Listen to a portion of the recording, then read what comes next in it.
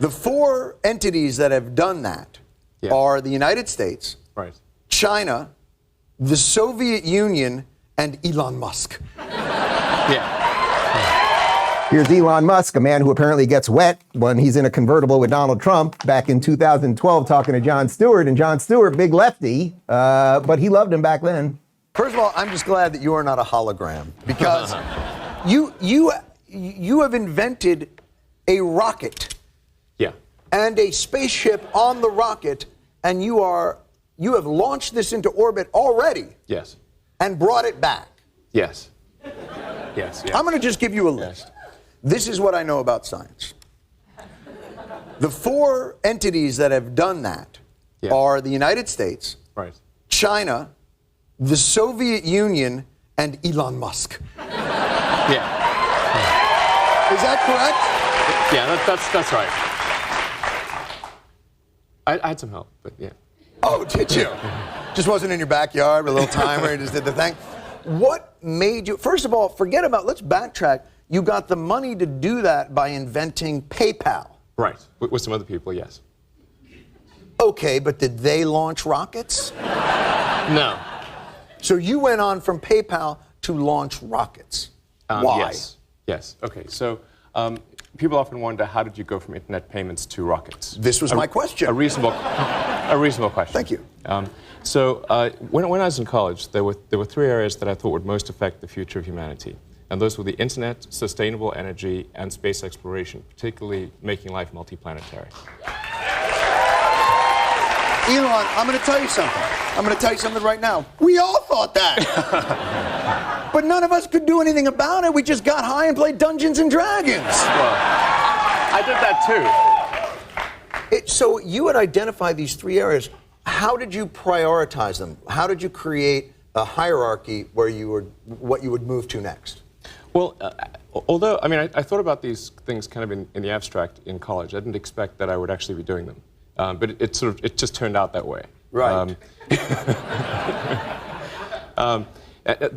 the advent of the internet, and particularly the sale of PayPal, it gave me the capital to start a rocket company and a car company, because these are high capital endeavors. Right. But I actually almost ran out of money, so it was a close call. I mean, both SpaceX and Tesla almost died. Right. Yeah, so. I find a lot of startup rocket companies really. Right, exactly. You know, about 6 months in, they're like, oh, we can't afford frozen hydrogen or whatever it is you use. Right.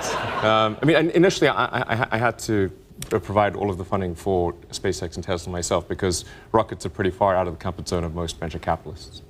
But how did you, isn't that within the realm of governmental danger, where you visited at night by men in black glasses who say, may we see your files? Because I would think that an individual that has the ability to launch long-range rockets would make that person possibly an evil villain. Right.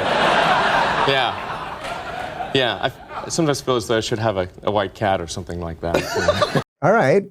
Well, John, that is what you did. And Elon was able to get high and play Dungeons and Dragons. Not my thing, at least the Dungeons and Dragons part. But he was able to work on the internet.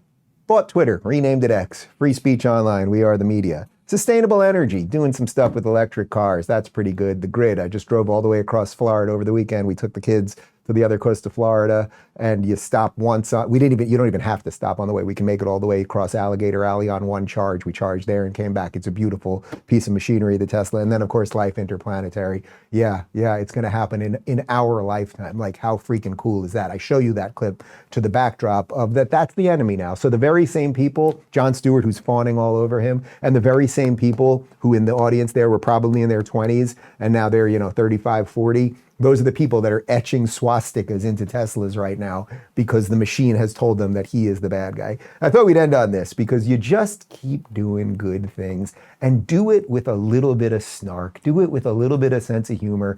Do it with a little bit of knowledge of the culture game, kind of like putting up the pictures of all the convicted illegal felons at the White House. You could also do something like this.